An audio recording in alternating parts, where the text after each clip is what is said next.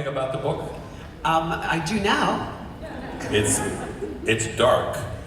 It's dark. It's dark. And you go there, huh? The audiobook is particularly good if, for example, you can't read. And you know, Right. there's another famous actor who does his own voice on the book.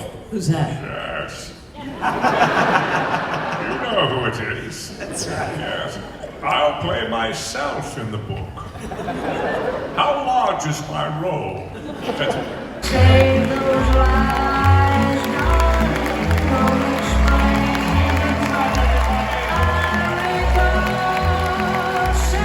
Mr. Simon Pegg!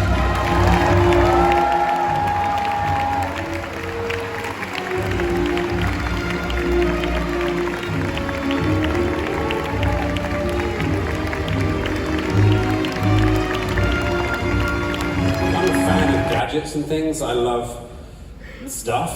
I don't know how it works, but you know, it's fun to play. Whenever you see me in Mission Impossible, like busy, I don't know what the fuck I'm doing. I'm just sort of like and trying to look like I know what I'm doing. So I'm a fan of it from afar, but not, you know, I don't know. I feel like I've probably had my fill of franchises now, because you know, you kind of, the thing about doing a franchise is you'll often sign up for more than one film.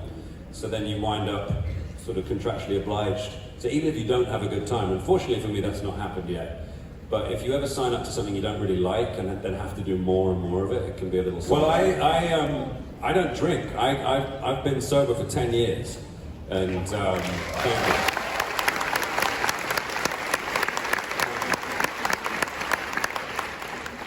and my love and respect to all my sober brothers and sisters in the audience as well.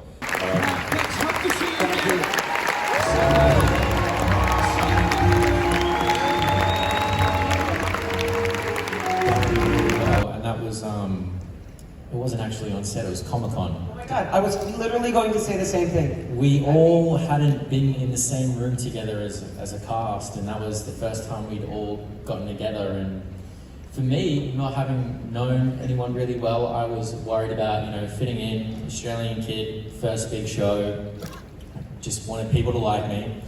And we all became a family that night. We spent the day doing interviews. I spent the day drinking a lot of beer, a little bit too much. Santiago actually carried me out of one of the after parties because I'd been drinking too much. But yeah, that really solidified the moment we became a family, the Motley Crew. Yeah, that was our Motley Crue beginning. We all had gone to San Diego Comic-Con, and I have to say, for the first time going to a Comic-Con, to go with Patrick Stewart was pretty good, pretty good. Can't be topped. Yeah, literally it was like Moses, and the oceans were parted. It was like, this is awesome, you know.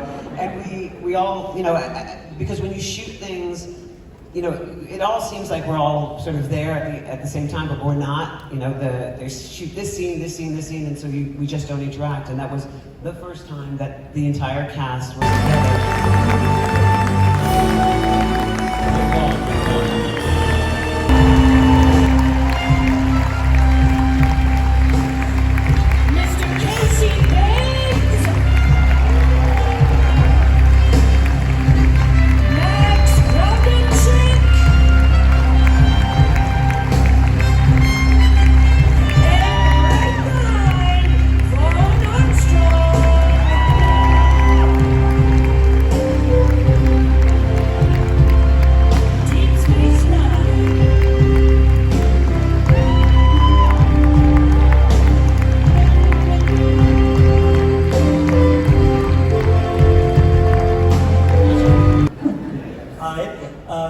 I told Nana in her panel how I adore Deep Space Nine. So I want to say it all to all of you how I do adore Deep Space Nine.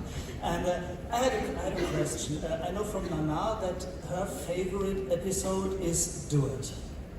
It's in German, der undurchschaubare Maritza, you know? A terrible name in German, sorry.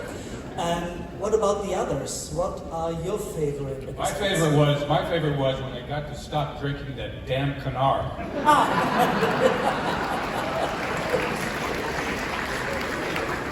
My favorite episodes were the 3 that I was on.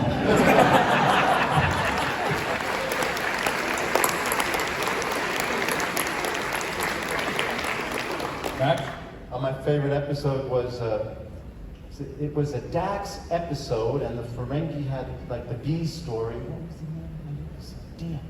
But that's where Quark sabotages Nog's test to get into get into the study at Starfleet Academy, and Ron is waiting for Quark to come down the corridor, and he grabs him by the lapels and says, "I know what you did.